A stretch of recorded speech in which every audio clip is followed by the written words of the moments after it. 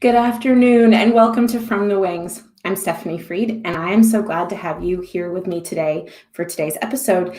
I have been looking forward to this conversation for weeks. You know, one of the things I've missed the most about the Bushnell in this time that we've been closed is that the feeling of community, of sharing live performance or simply an experience with other folks.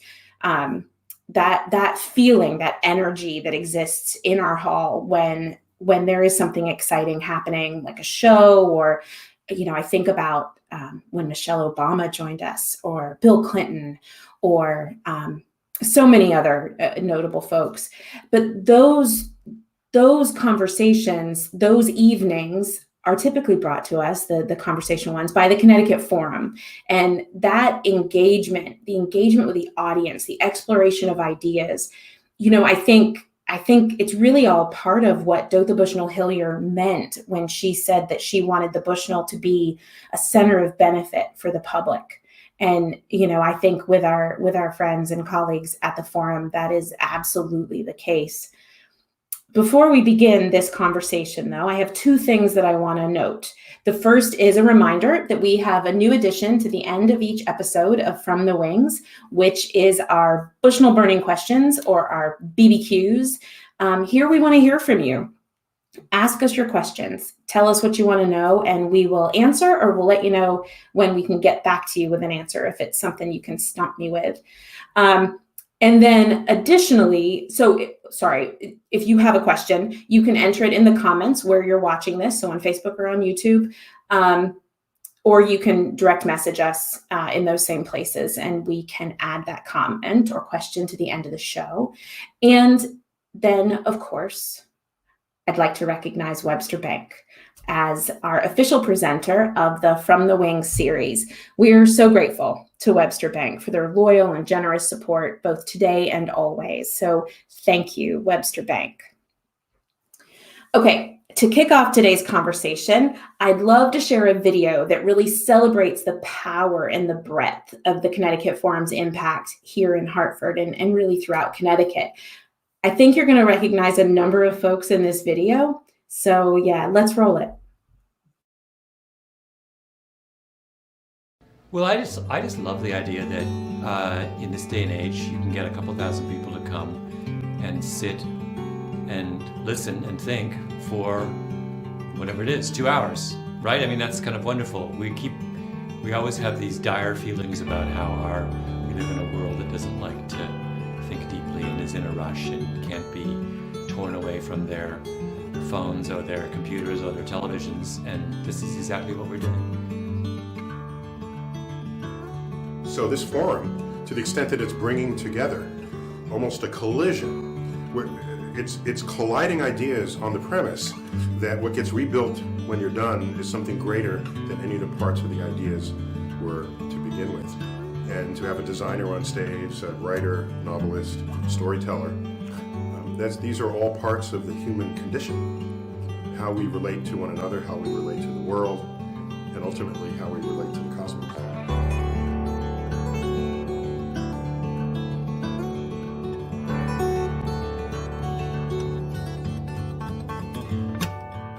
First time I have ever experienced anything like this, and I wish that there was a Connecticut Forum in all 50 states. And the reason it's important is because it is a way to put so many people together of very diverse backgrounds and talk about some of the most important issues of the day. It was really fun to sit down with the youth forum group. They were just, God, being a teenager is hilarious. They were really self-possessed and thoughtful, and young people tend to now kind of express all their ideas in 140 characters. So to see those kids, talking about what was important to them, asking questions, engaging in dialogue, it was just, it's sweet. They're sweet. It's such a sweet age. It feels like they've given you a really graceful responsibility, and I really like having a genuine conversation with them. So talking to the kids this afternoon was really inspiring. They had great questions. I just joined the forum this year, but I absolutely love it. It's amazing.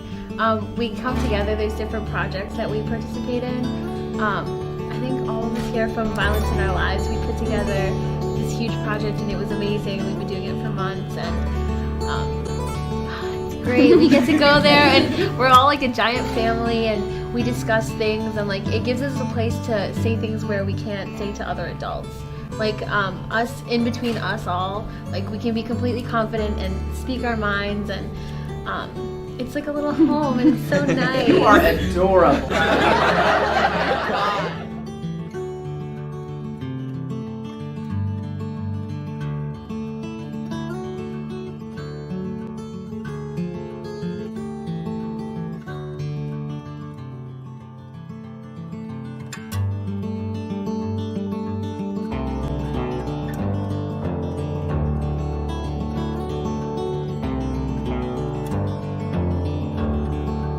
To me, the forum just seems like it's a confluence of intelligent conversation and ideas where people can be lively and bold and have interesting conversations, debate, and I think that's really important. It's fun, it's a nice way of getting together, and it's really wonderful to be a part of something that just feels smart and relevant.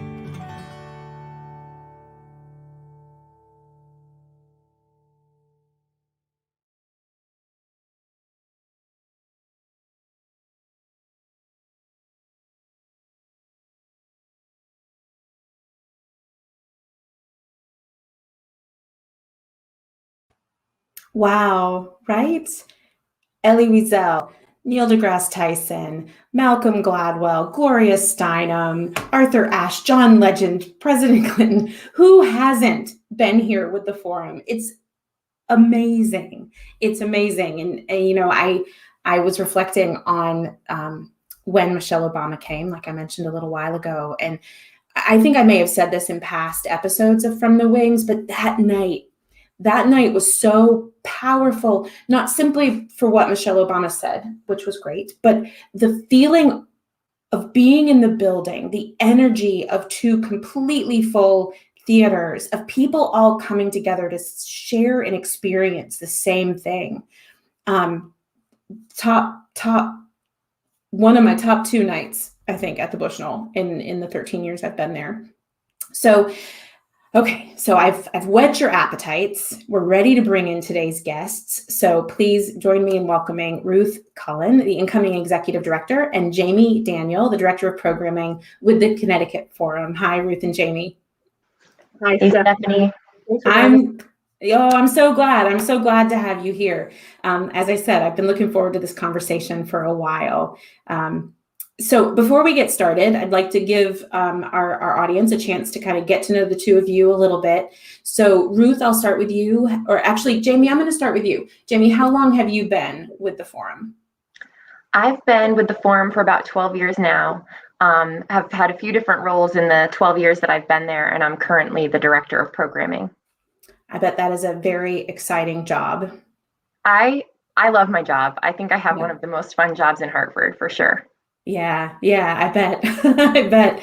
And Ruth, tell me about you. How long have you been with the Forum?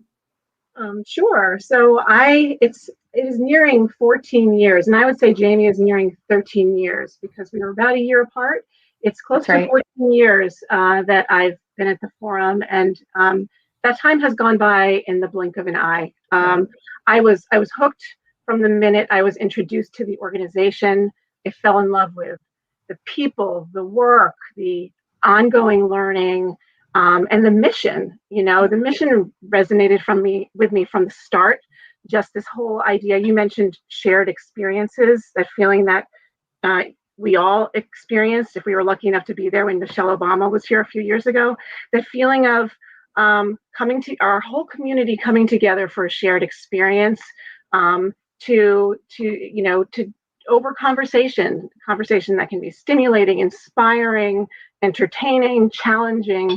It's just there's nothing like it, and I'm so proud to be a part of it all of this time. Absolutely. I have to imagine the last probably 5 or 6 years, just the changing dynamics in our country, political dynamics, social justice dynamics. Those must have been particularly interesting times for the role the Connecticut Forum plays in our communities to communicate. Yeah, I can see why you were so drawn to that. And your title, incoming executive director, tell me a little bit about that. Sure. It's an exciting time right now at the Connecticut Forum. We are in the midst of a leadership transition. Recently, we announced that Doris Sugarman, our co-founder and CEO, will be stepping aside on June 30th after 30 years at the helm of this organization. And she will begin her next chapter. And I will be stepping in as executive director on July 1st. This, as I mentioned, is part of a planned leadership transition that's been in the works for some time. Doris is ready and excited for her next chapter, and so is the forum. We have an incredible team in place, and we are ready and excited about moving the forum into its next chapter. So it's an exciting time all around, and a time of looking back over the past 30 years of impact for this organization, for the legacy that Doris and her husband Richard built 30 years ago, when the forum was just this kernel of an idea of, a big idea of doing something really special to enliven the cultural vitality of this region and connect our community in important ways. And they did it. They achieved it through sheer passion and through the support of our community. And so we have a wonderful foundation on which to move the organization forward. The next 30 and then the 30 after that, right? For sure. Yeah. So, we were joking looking at those pictures when we were loading them in for today's episode. People just look miserable, engaged with the forum. The smiles. I mean, it's you see it. You see that the joy and the enrichment and the impact that you were talking about, that impact on community, bringing people together to talk about sometimes really hard things. Just terrific. As I think about that transition, as I think about you planning for the next 30 years, I have to wonder about programming and thinking about how did you guys approach this last year? And then how, again, as you're in your 30th season, how are you approaching the future? Is there, what kind of opportunities have you found? What ways have you evolved in this time, Jamie? Well, one of the things that we promised to ourselves and to our loyal subscribers and forum family when the pandemic started was that we wanted to find a way to continue bringing our programming to our community. And we knew that would look different, and we knew that we would have to adapt and try some things and be willing to just kind of work on our feet. And I'm really proud of us that we did that. So we did present our forums this past year. Obviously, they looked different. At times, we were able to bring people into the studio here in Hartford and do the conversation that way. At times, we had people live streaming from their homes. But always, what we were able to maintain was the ability to bring people together for conversation. I was smiling watching that video that you showed to start, because it just reminded me that magical things happen when we bring these unlikely combinations of people together. We often have people who they make the rounds around the country. They do a lot of speaking events, and they tell us that the forum is different because it's this opportunity to have a conversation with their peers or with people who maybe they've never even thought of being in conversation with before. And they, our panelists even surprise themselves, I think, at times with things that they say and what they're willing to talk about, because there's kind of the spark that happens with that combination. And as that video is called, that collision of ideas. Yeah. Yeah, I remember, I don't remember the name of the particular forum, but it was Joy Reid and David Farenhold and Hugh Hewitt. Mm-hmm. The state of journalism. Mm-hmm. Yes, those three personalities who they are not shy about what they think. They don't hold back in their observation. And to be in a conversation with the three of them, to watch that conversation was really powerful. And I can see, the way like Hugh Hewitt and Joy Ann Reid were were engaging, yeah, you could see that. You could see the spark you're talking about. Like, it was terrific. I'm really glad you mentioned that forum, because, one of the things too that we learn from what happens on our stage is we were very deliberate in that forum to have Joy and Hugh, who were coming from different sides of the political spectrum, and they had plenty of disagreement during that forum. But there's also this thing that happens when you're looking at each other face to face, where some of the nastiness falls away. Yeah. Because you're just kind of there being two human beings together. So I think that's another thing that the forum stage kind of brings out, is that there is this kind of natural, organic human interaction that's really truly happening in real time in ways that sometimes surprise us and sometimes surprise the panel. Yeah, it was a remarkable evening. I one moment, Joy Reid liked my tweet saying that I was seeing her. So I mean, like, my whole evening was made. That's it. I mean, what more can we hope for? Right. Well, tell me, one of the things I've noticed on your website is Fresh Take. Is it Fresh Take or Fresh Takes? Fresh Take. Yeah, tell me a little bit about that. We're really proud about this. This is a new program that we've launched during the pandemic. It's an opportunity for us to highlight some of our past content in new ways, and to pair up some of our archival clips with interviews with today's change makers and thought leaders. So we've taken some moments from the past 30 years to put together this first episode. It was a collaboration with The Undefeated and ESPN. And this first episode's topic is racism in America and the fight for racial justice. So we've been able to do things like highlight some amazing words from Toni Morrison when she was on our stage 20 years ago, and then have a new interview with Jose Antonio Vargas, who, counts Morrison as one of the key figures in his writing and the person that has inspired him greatly. So we love this way to highlight some of the things that have happened on our stage that really, in many cases, just grow more relevant with time. Absolutely. Do you have additional ones of these planned, and any teasers here, or is it still under wraps? It's a work in progress. Right now we're taking it one step at a time. This is a long time in coming. For years and years, we have looked back at our past video content and these amazing conversations and these amazing people who've been on the Bushnell stage at Connecticut Forum events, and see the relevance and the timelessness of these conversations. And it really wasn't until this past year, where we were completely disrupted, that we had the time to put some attention to bringing this to fruition. And so we are, as Jamie said, really proud that we were able to get this off the ground. We are going to look at the pilot, see how people like it. We would love for people to watch it. There's a link on our website that you can access through our homepage, ctforum.org, and check it out. Again, it's new interviews using past clips as catalysts for these conversations.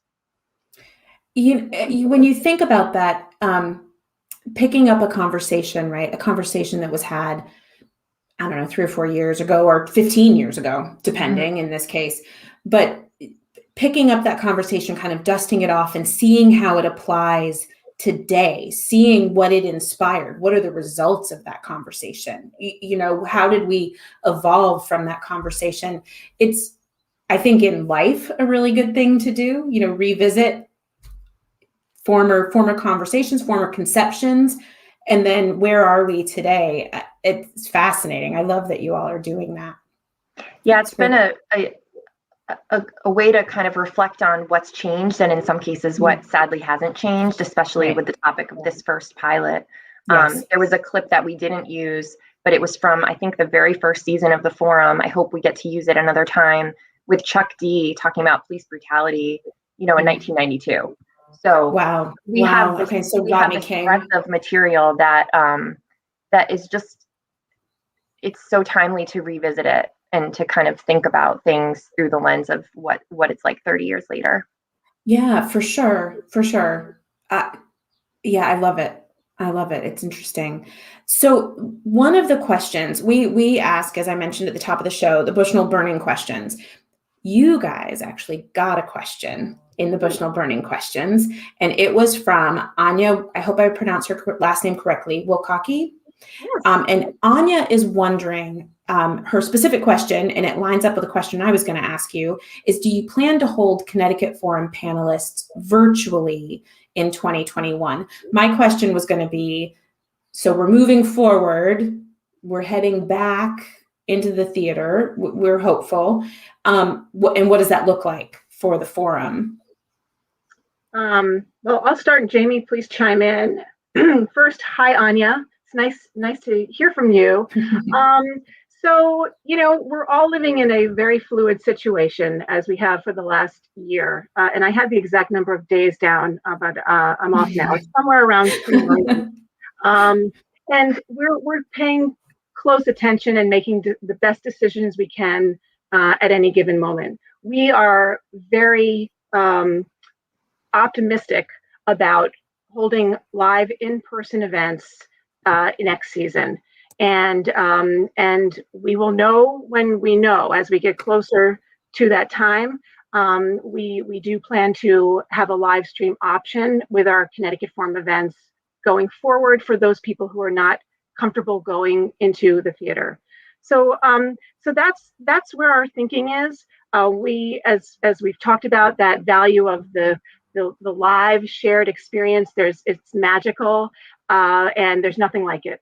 But what is safe to do right now is to do things online, and so that is what we're doing. But going forward, fingers crossed, we'll be back in the theater sometime this fall. So how are you planning for, like the Bushnell, we announce a subscription, it usually in the spring preceding the fall sort of season starting. How are you guys approaching that programming for next year?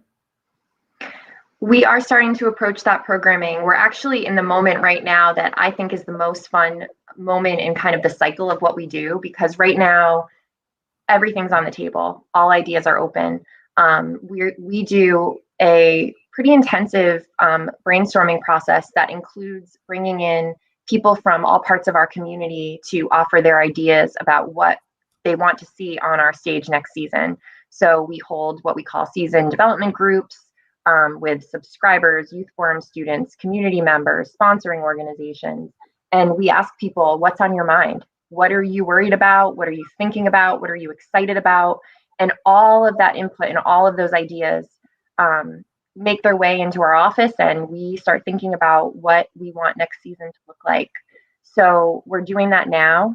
And as a part of that, we're also, building in contingency plans and making sure that, like we did this year, no matter what path the pandemic takes, we'll be able to present a really interesting and exciting season to our community. Do you, well, actually I have 2 questions. I'm going to ask the first, which is kind of a little bit of a housekeeping question. If folks watching wanted to participate in that process, what would they do?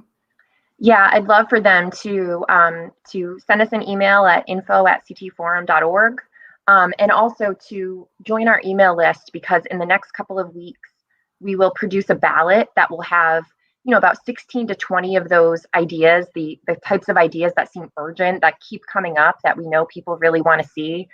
We also leave space for open-ended, more idea generation. And we usually get, 1,000 responses to that ballot. Wow. So that's a really important part of what we do. And if you're not getting emails from us or you're not following us on social media, please do, because we want to hear your voice as a part of that too. And for folks watching, the links and the handles for CT Forum social media presence and website and signing up for their email list will all be, you can see them here in the bottom of the screen, but they'll also be in the comments section, wherever you're watching this, whether Facebook or YouTube, and they'll live in there so you can reference them moving forward. My second question was, how do you think, or do you think that COVID, all the impacts of COVID, the pandemic kind of full stop, do you think that's going to be part of some of your conversations next year? That's something we're definitely asking in all of these sessions. We're having some really interesting conversations about that. people are really split. Some people, will want to take this head on, and some people will want to have lighter fare, or not live through that again. What I suspect, though, what I think will happen is, I think with almost any topic, COVID might be a piece of it. We'll all be, processing maybe one of the biggest collective events of our lives. And I think that's going to weave its way into any topic that we might take on next year. Yeah, I am really interested to see what comes out of this time artistically, writers and how folks process it through art and through conversation. And it'll be interesting to see. So I'll be interested, and I'll be paying attention to see how you guys approach it. And I look forward to however it is, because I think there's a lot there. There's going to be a lot to unpack for a long time. So thinking about that, thinking about unpacking, thinking about COVID, I think about our young people. I have 2 teenagers. I think about everything that they've had to process and experience in the last year. And one of the things that I am particularly impressed by and admire that the forum does is the youth forum. And can you tell me a little bit more about that and how that has progressed through this time? Sure. So for those of you out there who might not be familiar with our youth forum, the Connecticut Youth Forum is an outreach program of the Connecticut Forum that engages high school aged students from throughout Greater Hartford and even beyond. And they come together for kind of forums of their own in a safe setting. They talk about issues that they've identified as important to them, in a culture of validation, a place where everyone feels safe to share. And in a typical year, the youth forum meets in person. Hundreds of students will meet at each other's schools or other locations to have these meetings, these open sharing sessions. And they participate, as you can see in these images, on forum night. Youth forum members get the chance to meet and interview our panelists. They can speak from the Bushnell stage. There are many great leadership opportunities and engagement opportunities through the youth forum. What we're so proud about during this past year is the fact that our youth forum was so adaptable, so quick to transition online, quicker than most. They didn't skip a beat and had their monthly meetings, their planning sessions via Zoom, and were able to continue to serve young people at a time when they especially needed this kind of connection. This has been a really rough year, as you mentioned, Stephanie, for everybody, but particularly for young people. And the youth forum plays an important role in that regard. One of the images that you showed was of a podcast. So the youth forum developed its own podcast this year, and that is exciting because it's a way for these conversations to be shared with a much wider group of people. So again, to kind of heighten the impact there. So youth forum is very special and kind of at the heart of our organization. Oh, I love that. Look at those faces. I love those smiling faces. This is from our recent Talking Authors Forum on March 25th. Oh, so that's super recent. Yes, very recent. I think, I have to imagine that for the students who are engaged in that, it's probably been a really great space to be able to go to in this time, to have this group of people that you're already talking about, bigger ideas, bigger thoughts, and to be able to go there now when everything feels so, I think in a lot of ways, so isolated. That's great. That's amazing. So if I want to get involved with the forum, or if someone I know, say a teenager or 2, they want to get involved with the youth forum, how does one do that? How does one get involved with you? The best way is to visit our website, ctforum.org. There's lots of information there about the youth forum, signing up for our email list, sending us an email at info@ctforum.org.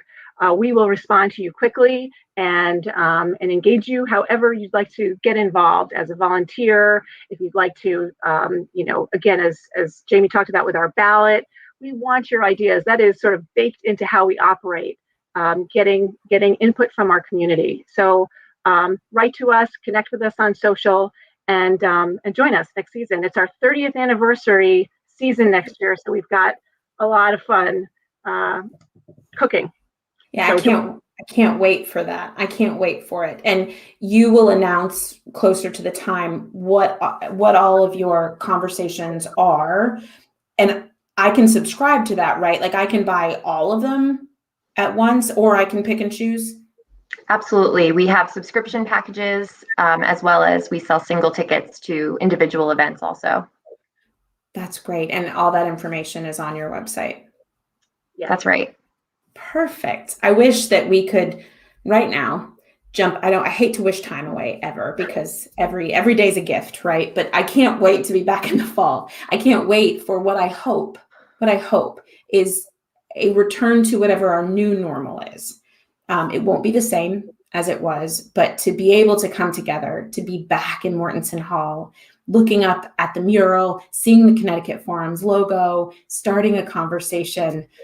You guys often will start with a really impactful video. Like, I just love it. I love those evenings, and I wish we could just get there right now. We do too. Can't wait for that. I bet. All right. Well, thank you so much, Ruth and Jamie. It was a pleasure to have you. And I am so grateful, as I know those watching are, for what the Connecticut Forum brings to Hartford and beyond every year. So thanks so much. Stephanie. Thank you. We are so grateful for our longstanding relationship with the Bushnell. You are a part of who we are. And we look forward to joining you again very soon. Yeah. Thanks so much. Thank you. Oh, you guys. Oh, I miss it. I miss it so much. And I just want to get right back to it. But we have some time still. So we'll wait and we'll anticipate. But I hope that you choose to join in that work of helping the Connecticut Forum decide what conversations are going to be held next year. So connect with them. But we have reached the point in today's episode where we are going to do our Bushnell burning questions. So I think we have a few of those. Okay. Oh, Jake, you're keeping me honest. You're keeping me honest to the last episode. What season or when was the first full Broadway series? So I am still trying to find this out. As you may know, a good portion of our staff has been furloughed while we make our way through the pandemic. But I did fortuitously receive an email from a longtime subscriber just the other day with a question unrelated. But they shared that they have been a subscriber since the very first Broadway season 33 years ago. So I need to figure out, is it 33 years ago or 33 seasons ago? Because that will change the year. And I'm committed to continuing to work on that. But 33 years ago, roughly, is the answer. All right, our next question. Kathy Cooper Tracy, thank you for asking your question. And this is paraphrased. Kathy's question was longer than this, but I tried to distill it down to the key questions. How are you handling the postponed shows? Will there also be a new season announced? So hopefully you joined us on Monday night when we announced new dates for the 3 Broadway series shows from 1920 that were postponed. So Escape to Margaritaville, The Band's Visit, and Dear Evan Hansen. So we have new dates announced for those 3 shows that will be during the 21-22 season. So we think about that like September to June, September of 21 to June of 22. So those 3 are postponed. They're in that season, timing wise. Then of the 6 shows that were announced that were supposed to be in the 2021 season, we've been able to announce new dates for 4 of those that will occur during what is the 21 to 22 season. So Pretty Woman the Musical, Hamilton, My Fair Lady, and What the Constitution Means to Me. There were 2 remaining shows Also from what was intended to be the 2021 season, Mean Girls in Hadestown. We're still pending those dates. We'll get them to you as soon as we have them. But to I think get to the core of your question, we're not announcing another season on top of those. The shows I just laid out are the shows that will happen during 21-22. So there's not going to be another subscription campaign. It is the shows that I just went through during 21-22. We may add a couple of other shows, but it will not be a whole other season. And it will not be a whole new subscription. If you've subscribed and you are a subscriber, you've got those tickets. Your tickets are good. Those shows are coming, but we're not adding another 7 shows, for instance, on top of that. So I hope I answered your question, Kathy. Another question? Ha ha ha ha, Brendan. So Brendan and his beautiful fiance, Brittany, are going to be getting married at the Bushnell. You may have seen them here on a previous edition of From the Wings. And we are only who we are, Brendan, because of people like you and Brittany, who support us, who talk in the community about your experiences with us, who are just indelibly part of the fabric of what makes the Bushnell, and what we are able to provide to our community. It is because of you. So that is the why in that. Any other questions? I think that that's it. So thank you for being with me today. Thank you so much. And as we wrap today's conversation, just a reminder that during this extended intermission, while we wait for Broadway to come back and for the Connecticut Forum to come back and our friends at the HSO, we depend on private support now more than ever. We are especially grateful for the continued commitment of Webster Bank and our intermission partners. On your screen are many of our current corporate and foundation supporters, and it's thanks to their generosity, as well as the support of our individual donors, that we're able to continue our work to bring the very best in arts, education, and the performing arts, both virtually and when the time is right and it's safe to do so, live on our stages and in our classrooms. And of course, as we've discussed, your support through subscription, through ticket buying, through your donations, it sustains us. It ensures that we're here and we're ready when the time is right. So I hope that you'll consider making a gift, whether you're renewing your gift or making a gift for the first time. You can do so by visiting us at bushnell.org/donate now. And it wouldn't be From the Wings if I didn't remind you, be sure you sign up for our e-club. You can do so at bushnell.org/e-club. Follow us on social media, Facebook, Twitter, Instagram, LinkedIn too. LinkedIn, good opportunity to hear more about what we're doing, and our corporate sponsors there as well. So that's it for today. Thank you for joining me, and I hope you'll join us for our next episode of From the Wings on Thursday, April 22nd. We will announce on social media who our guests will be, and until then, thank you and take good care. See you soon.